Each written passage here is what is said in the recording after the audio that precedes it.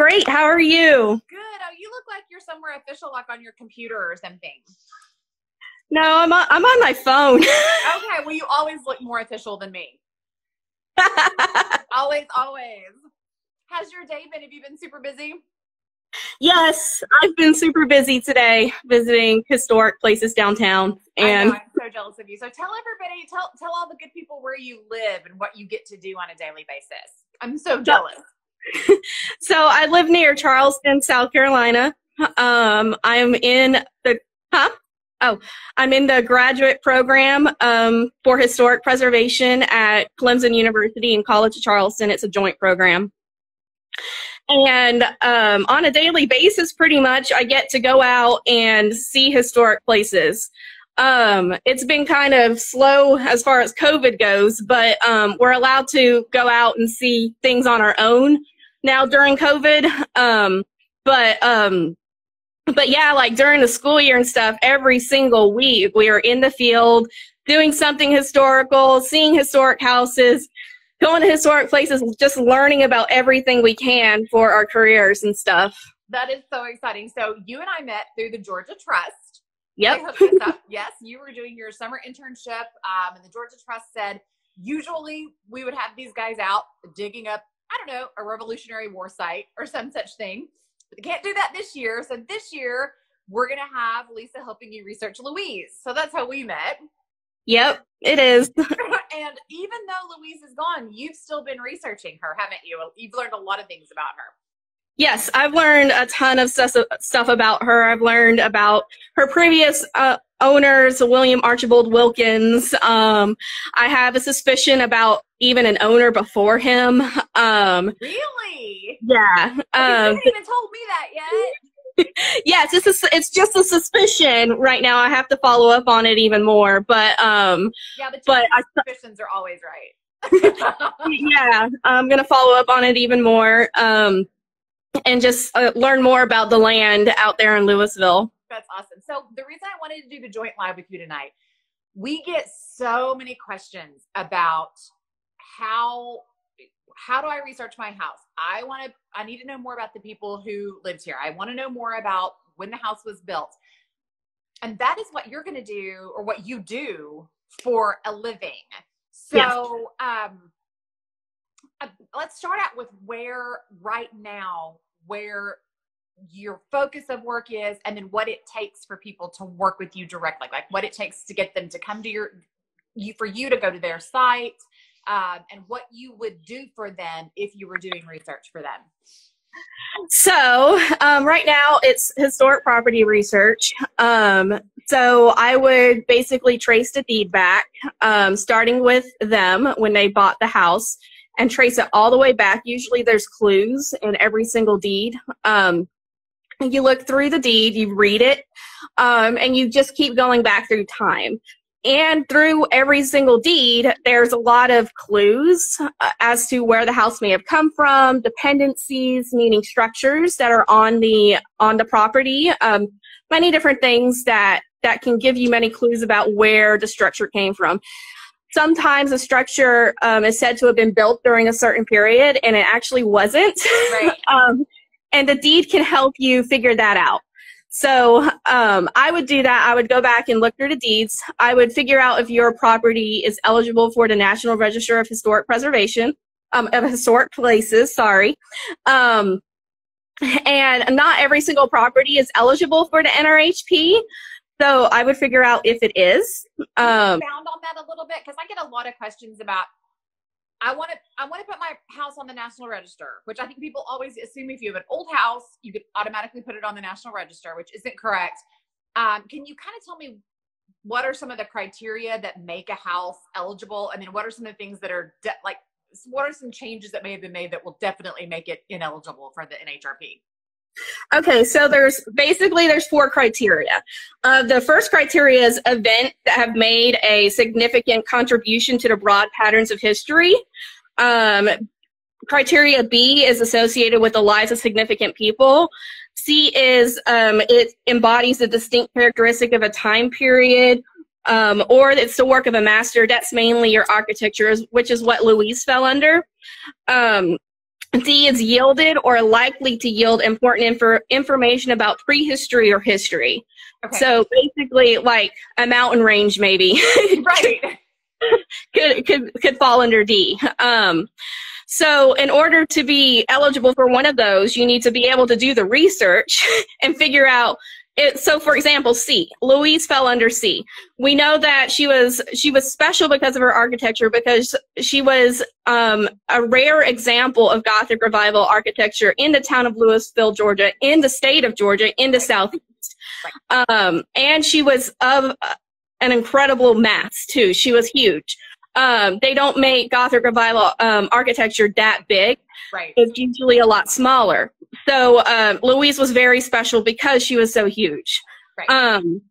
So she was eligible for it, and several people in our state, in Georgia, with the SHPO office, had recognized that she was special already. So she was going to be added to the NRHP at some point soon. But now that things happen. Right. What's the SHPO? Tell everybody what the SHPO office is, because I think we use these terms all the time and we know what they are, but I think a lot of people are like, what is that? So the State Historic Preservation Office is basically, they know of all of the historic properties in your state. In Georgia, it's called the HPD, Historic Preservation Division, department or division. I can't remember which one. And they're the ones who will read the nomination and find out if you have an eligible property. So they will look at your research, follow up on your research, and find out if your property is actually eligible. They'll read through your nomination, read everything, and then they will send it back to you usually and tell you, okay, expound on this or something. Right. Or they need more information or something, and then you send it back to them, and then they will review it. It's usually a committee that reviews it. So eventually they read through it and they decide whether or not it's eligible. And then you get a decision whether or not your property is eligible for the NRHP. And typically speaking, y'all, my microphone's always messed up. Somebody's talking about my microphone. My phone is old. It's always screwed up. I'll try to get closer to my phone, but no, my phone's just bad. I'm sorry. So I think a lot of people think you fill out the paperwork, you send it in, you're done. But I mean, it can be like 3 and 4 and 5 and 6 times even that NRHP nomination can go back and forth before you get an approval or a denial, right? Yes. Yes, it can go back and forth several times. They look at it. They need more information. You didn't fill out a box properly. Usually it's great to have proofreaders, which I had a lot of proofreaders up at the Georgia Trust who were proofreading for me. And by the time I was done with Louise, it was like golden and ready to go. Yes, it was. And we were there. I mean, it was like the week she burned, it literally was like ready to go. Yeah. So let's talk just really briefly about the things that NHRP does and doesn't do. It does not control what you can do to your house, right? No. So it does not control what it does to your house. Being on the National Register of Historic Places does not protect you from demolition, for example. It's basically just, it's a designation that you get to have on your house. Your property is a nationally registered property because of one of those 4 things that I mentioned. It allows you to also apply for tax credits. Right. This is the big point I want you guys to hear. Because somebody just asked, well, what does it do for me as a homeowner? I've never owned a historic home before. And a lot of people don't want to mess with the NRHP because they think it's going to tell them what color they can paint their house or what changes they can make to it. It does not at all. Like Lisa just said, it doesn't even protect you in any way. If the hospital wants to come in and claim eminent domain over your property and they get it and they want to knock it down, they can. It doesn't do any of that. We'll cover what you can do about that in some future episodes. But the one thing that it does that is so important for homeowners who are restoring historic properties is it makes you eligible for those tax credits.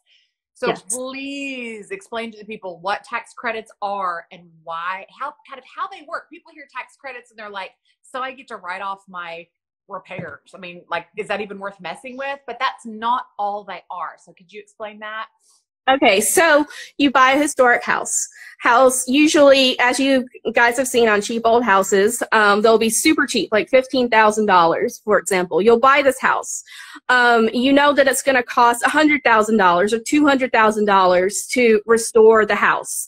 So you put that much money into it up front. You buy all the tools, you spend all of the money, and you restore the house. You fill out the application with every single thing you're going to do the house. Everything, like every piece of paper you bought, right? I mean, it's like everything. Yeah, every single little thing that you're going to do. And then there's several different tax brackets. So there's the 20% tax bracket. That tax bracket is reserved only for people who are going to make their property into a business. And it has to stay a business for 8 years in order for you to keep the tax credit.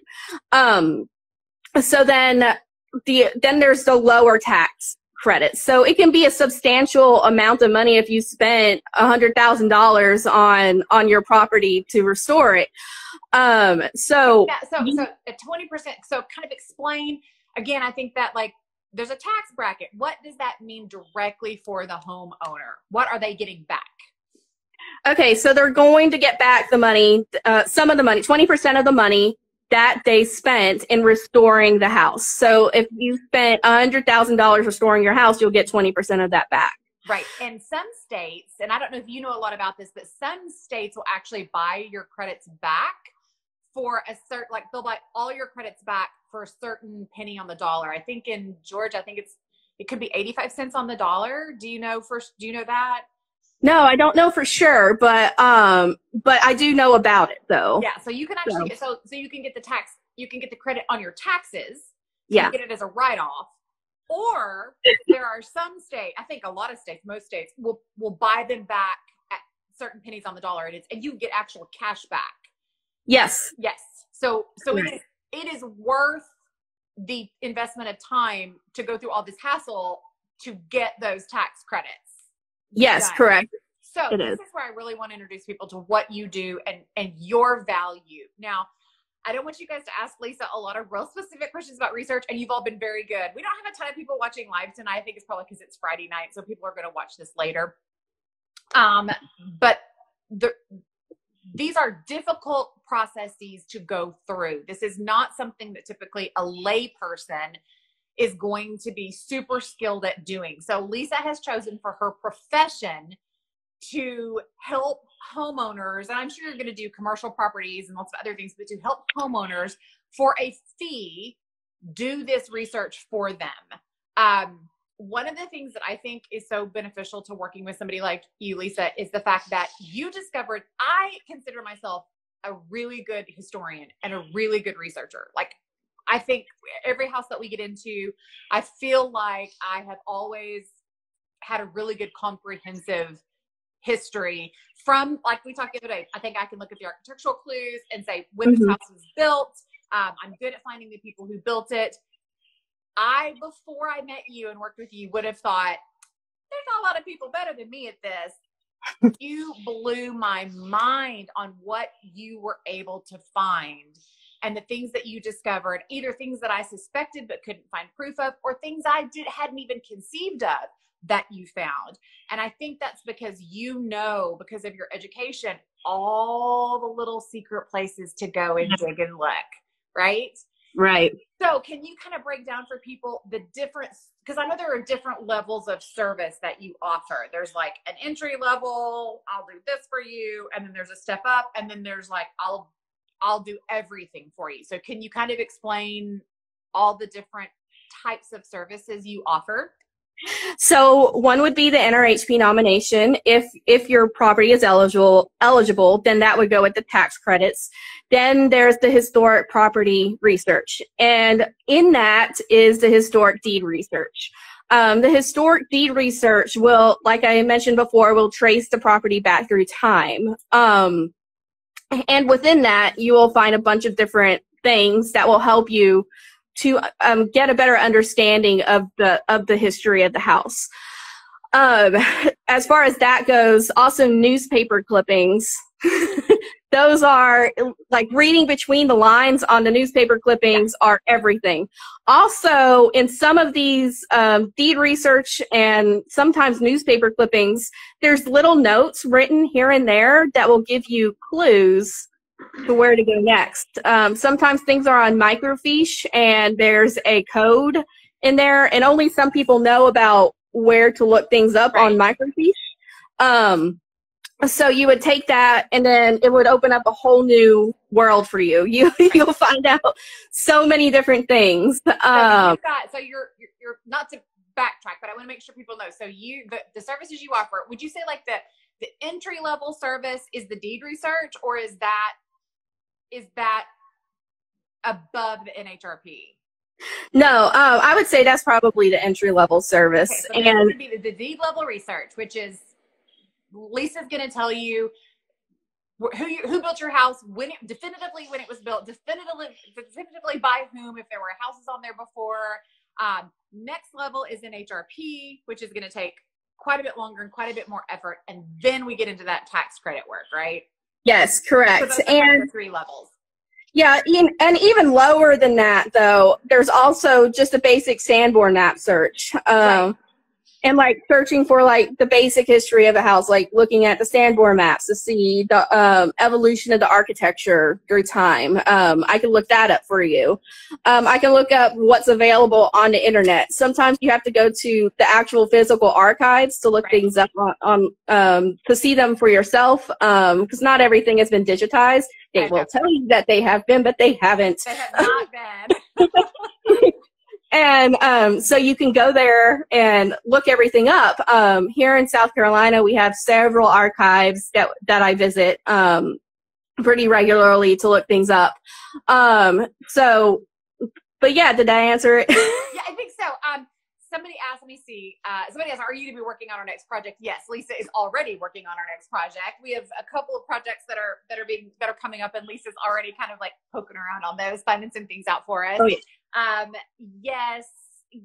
Somebody asked, do you ever get stuck? Is there always a paper trail, or do you ever get stuck? Yes, you do get stuck. That's kind of your specialty, is finding a way, because I get stuck, but you know how to get yourself out of the stick. You need to know how to get yourself out of the stuck. Right. So yes, you can get stuck. So what happens when you get stuck? You take a deep breath, you know you're stuck. You come back maybe a day later and you revisit everything. You need to start backtracking for your paperwork. You kept notes on everything about each person that you researched, and you try to follow different trails in the research to figure out your way around it. So say you're on a certain person and you're stuck. You don't know how this person got into this property. It's not mentioned anywhere on the wills, not mentioned anywhere on the deeds. So you go through someone else. Maybe it's mentioned on someone else's will. I did that for a property once where I couldn't figure out where a lady, her name just showed up out of nowhere. I didn't know why she was at this property during this point in time, so I started looking at wills, and I started reading them very carefully, and some of them are incredibly difficult to read because they're from the 18th century, so you have to really be able to read them, which is a skill in and of itself. And her name was mentioned there. Her name was mentioned in that will, and then I found her will. So you have to be able to find the other avenues and back up and not give up and keep on going. Yeah, I think you have the patience that a lot of people who don't do this for a living, like myself, and probably most of the people on here, don't have. And you have the time to do this because this is what you do for a living. So those of us who are like, I would love to chase this around, but I have to go do my day job, or I have to fix the plumbing in this toilet that's leaking in this house I've purchased. Yeah. You have the ability to do that. So are you taking new clients right now? Let's talk about that. I know you're pretty solidly booked right now. Yes. I'm actually looking at my list right now. I'm pretty booked up through May. Okay. But if you're interested, you could send me a message on here and let me know what your project is and how old your house is. Also, if your house isn't extremely old, like it's from the 20th century, early 20th century, it might not require as much in-depth research, so that might not take as much time. Yeah. But anyway, sidetrack, sorry. Okay. But yeah, I'm pretty solidly booked through May, but if you're interested, please give me contact on here and we can talk. And I want to know about your property. I want to know what it is that you're interested in. I'm also really great at genealogy. Lisa's amazing at genealogy. Amazing. So if you guys want to know your family history, this girl has the hookup on that too.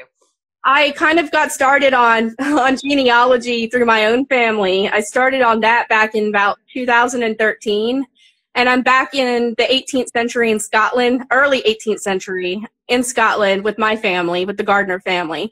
Very fascinating history. I'm actually going to put some up on my Instagram at some point because it's really cool. But I learned basically about research through that and then through the program that I'm in. And it's just so interesting to me and really, really cool. You just learn so much about people's lives. Like, yeah, we talked about, that's what makes these historic homes fascinating. It's not, I mean, yes, the architecture is cool. It's amazing. We can't get architecture like this today. But when you start learning about these people, it's when these properties come to life. Yes, it's almost like the houses have a soul in a way. You start learning about them and you're standing in the house and you know that they had Christmases there and Easters and family gatherings, and this house is 200 years old and it's like they're still there in a way. You know they're not, but it's I think people, they do leave something. I'm sorry, my little dog is just all over me. They do leave something of themselves behind, I think. And I think that's part of what makes all of us who love old homes is that feeling that you get of all those lives and all those loves. It's funny, Lisa, we were in Natchez last week. I told you you've got to go to Natchez. And we were sitting in the parlor of a house built in 1785. So it was, I know, right? It was the original part of the house was 1785, 2/2. And we're sitting in the original parlor and someone was playing the piano and singing. I'm like I'm a very socially awkward person. So normally that would have like been very uncomfortable for me. But in that magical moment, it was the coolest thing that had ever happened, because all I could think was this exact activity, people gathered around a musical instrument and watching someone sing or singing along, has been happening in this room for over 200 years. Yes. And what's so cool about that is you find out a whole lot about which room that actually happened in. I can actually find that out for you. I can find that out through something called a probate inventory. Right. I did see earlier, somebody said my house used to be a parsonage and I'd love to know what the old floor plan is. And I think you probably, yes, you can figure that out as well, right?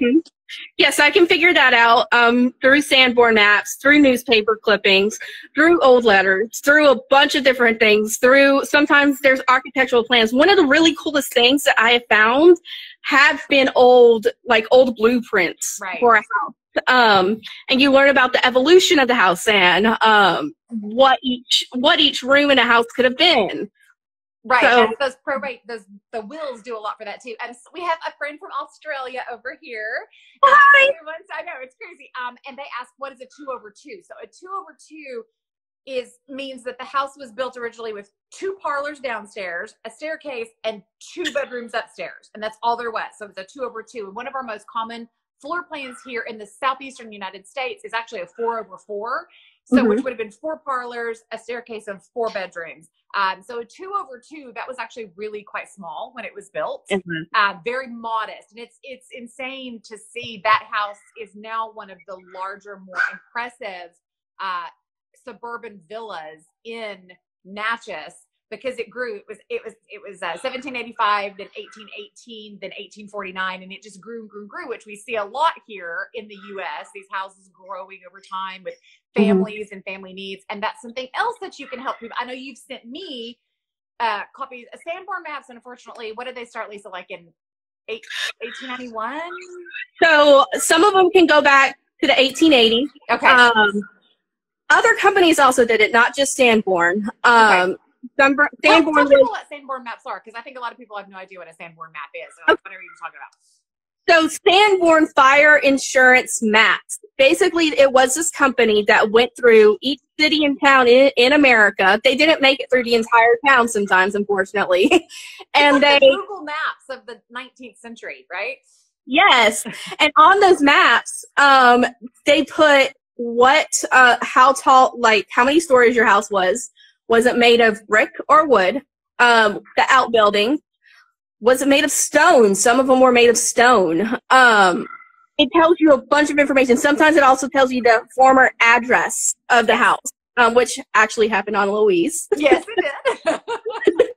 And it shows everything. Like it shows the porch outlines, and it shows like bay window jut out. So if you are looking for what was the footprint of my home originally, again, because things evolve over time and people take porches off or they fall off or people add on, and you want to do a true restoration of your property. So you want to get that floor plan and that footprint back like it was. One of the best places to go are those Sanborn maps. Yeah, Sanborn maps, and also an architectural historian like myself. Right. And you could go through the house, and if you know where to look, you can basically see what are called ghost marks of old outlines in the doors. If you're doing like a demolition of certain spots in the house that you know were not there, that like if a wall was constructed that is not original to the house, and you're taking it down because you're restoring it, and you start taking down the wall and you notice that there's an old door outline in there, that can also help you. Having a keen eye. I did another little rabbit trail, but this is just really cool. So I did a restoration on a fireplace. I was taking it back to the 18th century. Hang on one second. I want to answer this right for Hen and Hound. It's Sanborn. It's the first one. Sanborn.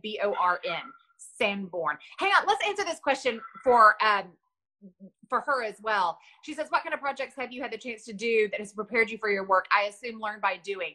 No. I mean, Lisa has done a lot, but Lisa is getting her master's degree in this. She is currently a master's thesis student in what we're talking about. So she is a real professional. She's not one of these like, I've done this so much, so I just know. She's actually been in the field studying. Real quickly, I'm going to take you down another rabbit hole, and then we'll finish that other one. I would love it if you told them about the project that you were telling me about there in South Carolina, where you were arguing with people who were saying there were never enslaved people in this property, and you were able to prove them wrong. Yes. So we were working on a house in downtown Charleston, and a few people were like, there were never any enslaved people on this property. I was able to find that there actually were, because they were in the will. They were put in the will. Sometimes they're also put in the probate inventories. Their names will be listed, and sometimes also they're on what is called a slave schedule, and sometimes their names are not listed on the slave schedule. It's just ages and their sexes. So that's another way to find out if there were any enslaved on your property. The thing that I really want to stress, though, is that Lisa, the reason I love Lisa and I wanted to bring her into this community and kind of let you guys meet her and get to know her, is that she is exceptionally skilled at the minutia, the stuff that most of, like, she's arguing with her own like professors and fellow master's thesis students, and she's right. She's the one who's correct. So what projects have you done in graduate school to help you prepare? You have done some amazing things. Do you want to tell us about those? I'm so jealous of the things that you've done and you're getting to do right now. Yes. So right now I'm working on my thesis. And should I tell them about my thesis? You can talk about your thesis, or talk about the internships you did last summer, the wonderful plantation you worked on in South Carolina. Just some of the, I think people are probably more interested in the actual places you've worked, because we're all such historic building buffs. Okay, so I worked at a place down on the South Santee River. The actual place of it, the historian that works down there, like, kindly asked me not to mention the name. Oh, okay. The place because it's not open to the public. I can kind of mention that we were researching the land there to find out about a fallen brick wall that just kind of came up out of nowhere while they were doing they were clearing the trees at a certain area, that they thought that there weren't any historic resources at this part. And they found English-made bricks. So, and they found several other historic things. So they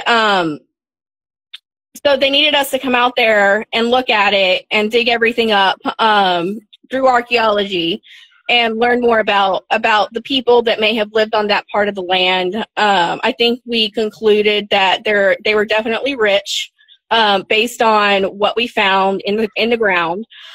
And it was a wooden house it was up on a brick pier foundation, and it actually burned down. We found evidence of that. So we learned several things about it at that point. It's still in research at this point. So go ahead and tell us a little bit about your thesis then, because it's also amazingly cool. So my thesis it's called Defending a Nation. And then I'm analyzing using methods of locating lost battlefields and fortifications in the Low Country region that have been used on other places and testing it here in the Low Country. So I'm focusing basically on the American Revolution, and I'm going to be finding the siege lines and earthwork fortifications that were on the Charleston Peninsula during the American Revolution. They've never been found before. We have maps that kind of shows where they are. General Clinton, who was the general of the British Army during the Southern campaign of the American Revolution, drew several maps, and I'm going to georeference those maps to find where these places are.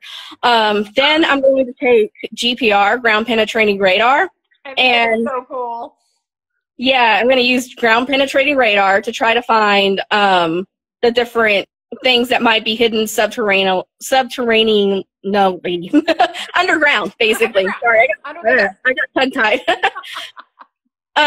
So you'll be doing that for the next couple of months and helping people with all of their research. So you're pretty busy. Do Sanborn maps include structures such as schoolhouses? I'm going to let you answer that, Lisa. I know the answer, but they do, don't they? They show literally every structure. So the idea behind the Sanborn fire insurance maps, you have to remember, there was a time in the United States where a town being destroyed by fire was a very real possibility. It happened in Chicago. It happened kind of over and over and over. So they would come in and they would map the entire town. I think kind of so in the event of destruction, we know where each building was, kind of who owned it and what its outline was. Would you say that's kind of close to what the purpose of those was? Yeah. So it would show the outline of the buildings, how tall they were and everything. So it had everything on it. It would have schoolhouses. It would have city blocks and stuff like that. Yes. And we've struggled with our house. I may have to get you on this. I might have to get you on Scotty, Lisa, because Scotty was moved. It was built in 1909, and then they moved her in 1925. And I've had a really hard time finding her on the Sanborn maps. I think I finally found her, but her footprint's a little weird. So I'm still trying to figure out what's going on with her. But the Sanborn maps for a person who is a little bit of a novice, they can be difficult. They sound like they would be so easy because you know what your street address is and you know where your house sits, but street names were sometimes redone. Street numbers are often redone. I think my house has had about 4 street numbers.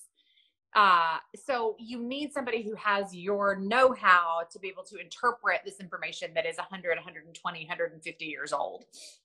Yeah, that's correct. But yeah, the street numbers could have been changed around at some point. I was working on one where they added more houses to the block.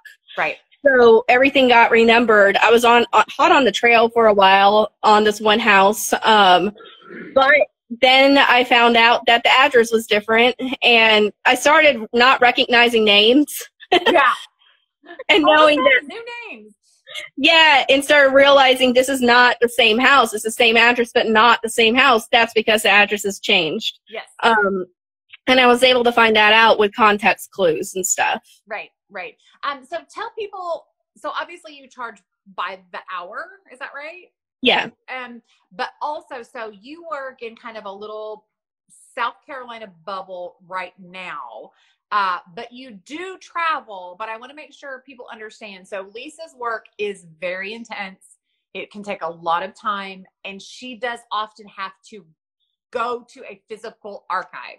So if you live, say, in Pennsylvania and you want Lisa to come research for you, she will, but part of the cost also includes getting you to Pennsylvania and taking care of you while you're there, right? Yes, that's correct. Travel, expensive hotel and stuff like that to be able to get up to Pennsylvania and see the archives up there. Yeah.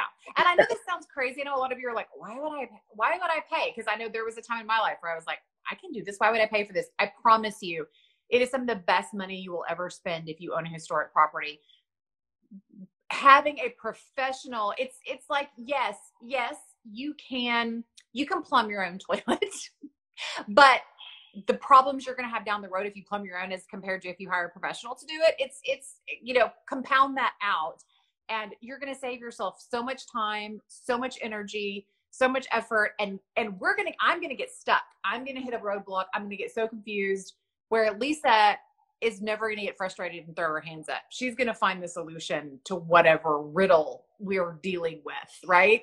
Right. Yes. You just have to keep on going. You have to keep on looking. It does take some time. It can take quite a while. And so we would talk about it. We would talk about how specific your property is. Is it 18th century? Was your house built in like 1740? That might take a little bit more time. Was it built in 1920? That might not take as much time. That might be a lot easier to find. Sometimes, like in the case of a few cities in the South, they were burned, and archives were burned. So sometimes the archives don't exist past the Civil War. Right. So, but there are ways around that, but it takes so much more time to figure out the ways around it. A question I was going to ask you about the NHRP, because we talked about how important that is, the National Register, getting your house on the National Register to get the tax credits. What are some things that are going to keep your house automatically, your house is not eligible for the National Register? Are there some things you can think of off the top of your head? It's not, it is younger than 50 years old. It has to be more than 50 years old. So if your house is, I don't know, 40 years old and you're just under the 50-year mark, you'll have to wait that 10 more years. Is there anything, are there structural changes? For instance, my house has been moved from its original location to this location. Does that affect the ability to be on the NHRP? It doesn't affect your ability, but there are different restrictions to it. You have to be able to prove that the house still has integrity. Okay. What about somebody ripped out my original windows and put vinyl windows in? So that's starting to mess with the integrity of the house. Probably not. I asked that specifically because I remember the first time that I went to do an application for the NHRP for myself. That was like the first thing that I ran across. That was like, well, we're dead in the water, because somebody at some point took these old windows out and put new windows in, and so the integrity's gone. So it's almost like an automatic, you're done. Somebody wants to know, if you live in a historic district, what's the likelihood that you live in a historic home? So basically look at your house. Does it look like it's old? I mean, I don't say that to be condescending at all. I'm not that type of person. But do you know that it's old? The historic district, what kind of historic district is it? What is the period of significance for that historic district? Is it significant because it was a coal mining town? Does your house date from that coal mining period? Right. You can figure that out also through the deed research, and find out exactly how old your house is. There's also all the context clues with the type of architecture that you have in your house, the type of lumber that's in your house, and the type of like how the lumber may have been milled and stuff. So that can also tell you how old your house is. And Also, people need to know that to be in a historic, to be designated as a national or state historic district, the area has to have a certain number of what are called contributing structures, right? Yep. So there Yep. has to be a concentrated number of structures from whatever, like Lisa said, whatever period of designation. So if they have designated that this is a colonial historic district, you're going to have a certain number of 18th century structures in that area. Yeah. And that is when your structure will be protected from things like demolition and alteration, not because of its NHRP designation, but because of its historic district contributing structure designation. That's But it is just because you're in a historic district does not mean your home is a historic home, but it's likely. Yeah, it's likely. So yeah, that's true. That's pretty cool, and that can protect you from all of those things. Somebody asks, does each state or county have a historian or someone that qualifies to glean information on a historic property? No, not really. No, it's people like me that go out there and they look at your property. They find all the relevant paperwork. They find out about the people who lived in your house and stuff. I think it's important for people to understand that the people who work, like, let's say the Georgia Trust that Lisa and I met through. Trusts, state and national trusts are nonprofit organizations for the most part. They're working on very limited budgets, and they're working with state and federal funds for their budgets. So each person, it's just like any other government agency. Each person who works for one of those agencies is taxed to the max already. They're doing 52 jobs for, going in 32 different directions. Even if they have a specialty, like my friend Ben, who works with the Georgia Trust, his specialty is the actual acquisition of the trust revolving fund trust properties and then finding the buyers for those. They do not have the funds to employ someone to be a public historian. I wish they did. That would be phenomenal. There are a few places, like, again, Natchez, Mississippi. They have the Historic Natchez Foundation that has some historians, but their focus is on the city as a whole, not on each residential property. Yeah, that's correct. So we got to have people like Lisa, who not unfortunately, but we do have to pay, but she offers the service that you really can't get anywhere else. And I think people just don't know that. I don't think people know that there's people like you out there, Lisa, that people do this for a living. Yeah, that's true. There's people like me out there that do this for a living, and we just really enjoy researching historic properties. It's an adventure. You find out really cool things. Sometimes you'll be in an archive or in a library and you'll find out something really cool. You'll kind of do like a Yelp or something. You get really excited because you figured something out. I can tell you how many times you would send me an email, especially the email that you sent me with and all the houses. I think I was in bed when I got it, and I leapt out of bed like a crazy woman, like, here it is. Yeah. For those of you who don't know, so I'm going to tell those of you, and again, there's not that many of you here, but I'm going to tell you for people watching in the future, I knew in my soul that Louise was not built in 1876, but the town historian kept absolutely insisting that house was 1876. It was not built a day before that. And Lisa's the one who proved him wrong. She's the one who went and dug and found an actual, what was it? It was a deed, right? Yes, it's on the deed. It's on the and deed, it says, way back. Yes, it says all these houses and lots of land. Mm-hmm. So that tells you that there were structures on that piece of land. That combined with the fact that the interior is Greek Revival and you didn't have Greek Revival Right. during that time period, they had stopped building in Greek Revival by then, by 1875, 76. So obviously it was so much older. Well, let's talk about that back room too that I thought was like 1830, and you were like, no, Laine, this is 18th century. You even have it too new. Tell everybody about the things about that room that you were like, you literally walked in with me and you were like, oh, these boards, and knew immediately. So I'll tell them about that a little bit. So I love that back room. I know that. And that, of course, that's the one that is like gone. Oh, it's gone. Yeah. Yeah. So, it still makes me really sad, but, the hand-hewn lumber underneath that room is a huge clue. That's a huge clue. The rest of the lumber on the house is circular sawn, which means it was milled in at a sawmill. And there was one near the town of Louisville. So, hand-hewn means that people who work with lumber came in and they cut the lumber using axes or saws or whatever they could to create that piece of lumber. That's a huge clue right there. Going inside of the room, there on the walls you have various boards of various widths with and they all had a beaded bottom. Right. So they would build like that during the 18th century, and they would cover these walls with that, and then they would cover it in canvas.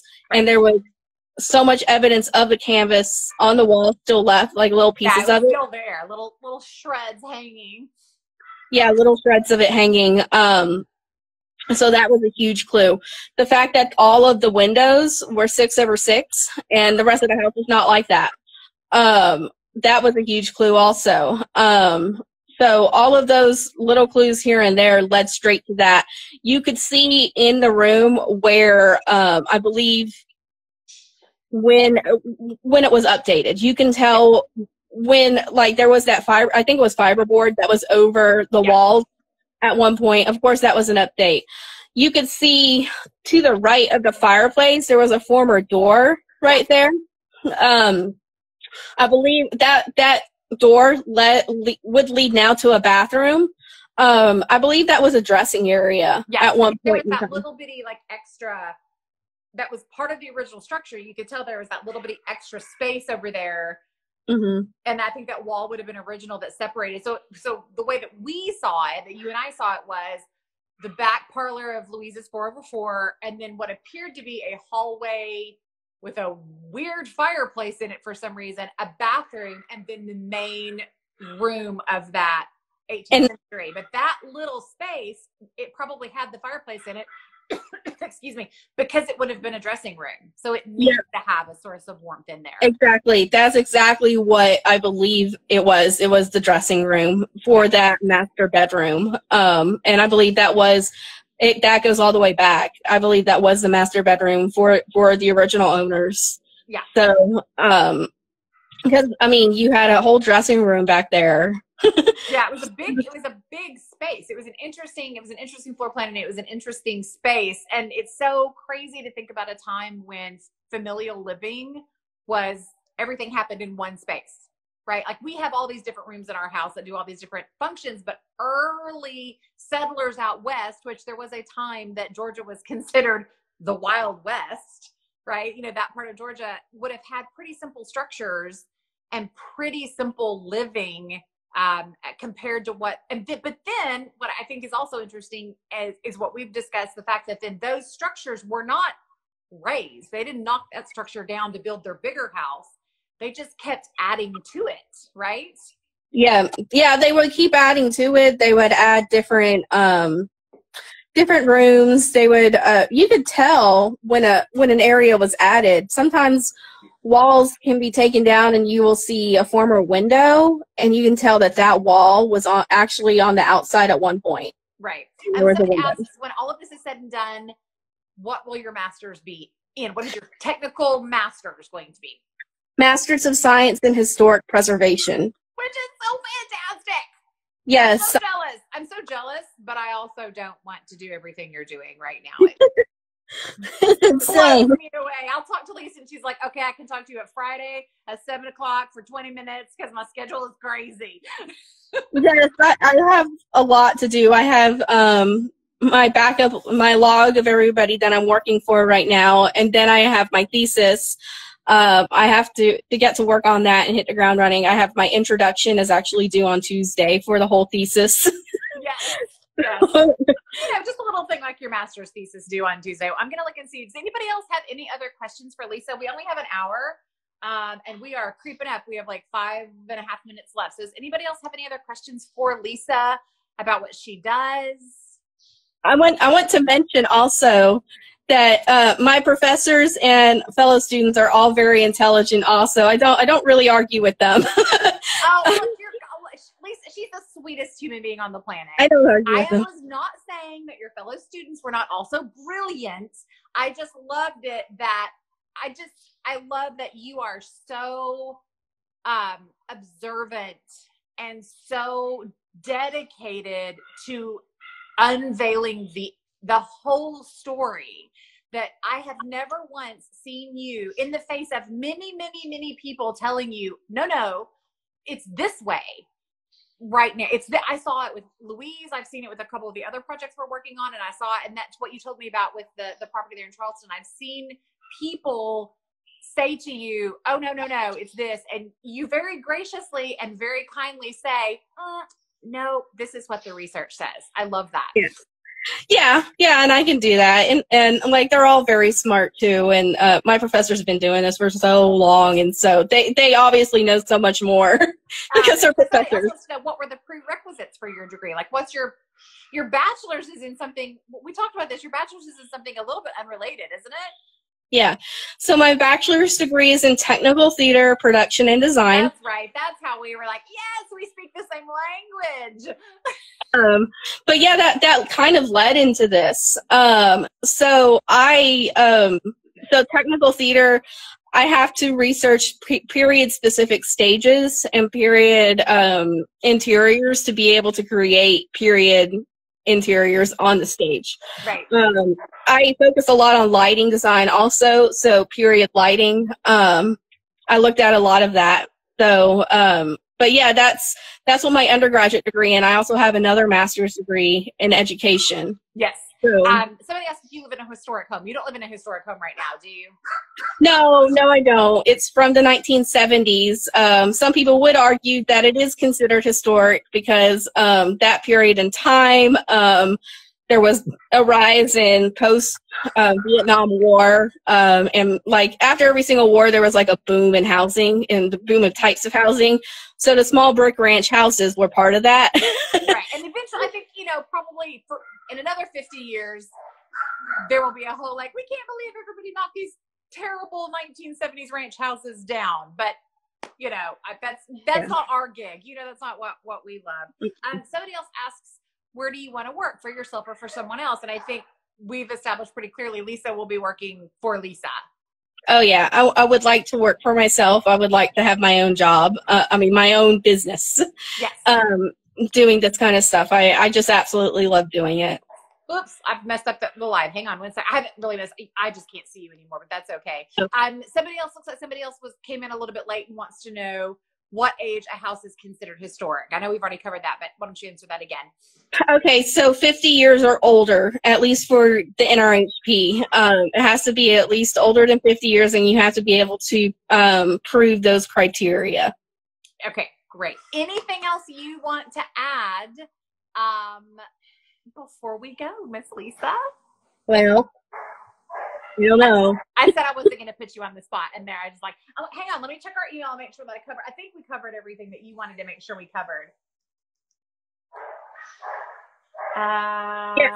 I wanted to stress that also everybody in my program's brilliant. Stop it! Okay, Laine knows everybody in the program is brilliant. I just happen to love Lisa and know that she's brilliant, and I'm so impressed with her ability to. Oh, hey, look, Kevin wants to say hi, Lisa. Hey, Kevin. What date? So Pine Island Treasures. Okay, we have 7 minutes. We're okay. What date is your ideal date? And I think probably they're asking, like, what is your favorite period? Is that right? Oh my gosh, 18th century. I love the federal houses. The federal houses. Also, I just absolutely fell in love with Louise and her Gothic Revival architecture. So Gothic revival is now also my thing. So, which is hard to do because we don't have a lot of examples here in the U.S. It was so funny, Lisa. A couple of weeks ago, I had somebody from, I think they were from the UK, sent me an email. I did a live and I was like just talking about how hard it is for us to find the next project, and we're, really stressed out about it. And they sent me an email and they're like, well, just buy another Louise. Like, it was just going to be the easiest thing in the world to just run out and find another one, which, of course, obviously, if you're not from here, you don't know how rare she really was and how that's not going to be just real possible. Somebody else wants to know, what about urban houses versus rural houses? Is that particularly challenging? No. So, for example, New York City. In New York City, there's tenement houses, which are the houses that the immigrants would stay in when they first came to America. Back then, they were considered like very cheap housing, very not very nice back then. Now they're it's high-end housing, and they're considered. Yeah, it's considered very historic. Everybody wants to live in that part of the city, the tenement housing. I'm pronouncing it wrong. But people would want to live there now and stuff. Some of them are actually historic house museums now. So there can be historic houses in an urban environment, such as New York City. There's so many layers there. Yeah, there's so many layers. What's your favorite project you've researched other than Louise? Other than Louise, it was a house called the Johnston House. It's on South Battery in Charleston. Oh my God. I went down so many rabbit trails with the Johnston House. It was fascinating. It was absolutely fascinating because I learned about who originally made that land. I mean, the person who made that land, what it is. And I have so many suspicions about him. I think that he came from Scotland. Well, he definitely came from Scotland, but he was involved in the Charleston Tea Party. There was a Charleston Tea Party. And wow. Like the Boston Tea Party, except ours was a lot smaller. So yeah, that one was definitely one of my favorites, other than Louise. I really think Instagram's about to cut us off because I think we're right at an hour. So I want to thank you again. Thank you. I want to encourage everybody who is watching and who watches in the future, reach out to Lisa and visit with her about researching your property and the service that she offers. You have been invaluable to us, Lisa. I can't wait to continue to work with you. Me too. Other exciting projects coming up that Lisa's going to be involved in that we can't really talk about right now, because that's just like the story of this account, right? We have things going on, but we can't talk about them yet. But they're going to be really cool, and I appreciate you taking time on this Friday night to visit with me, Lisa. Oh, you're welcome. I loved it. I'll talk to you soon. Thanks, okay. guys. Bye.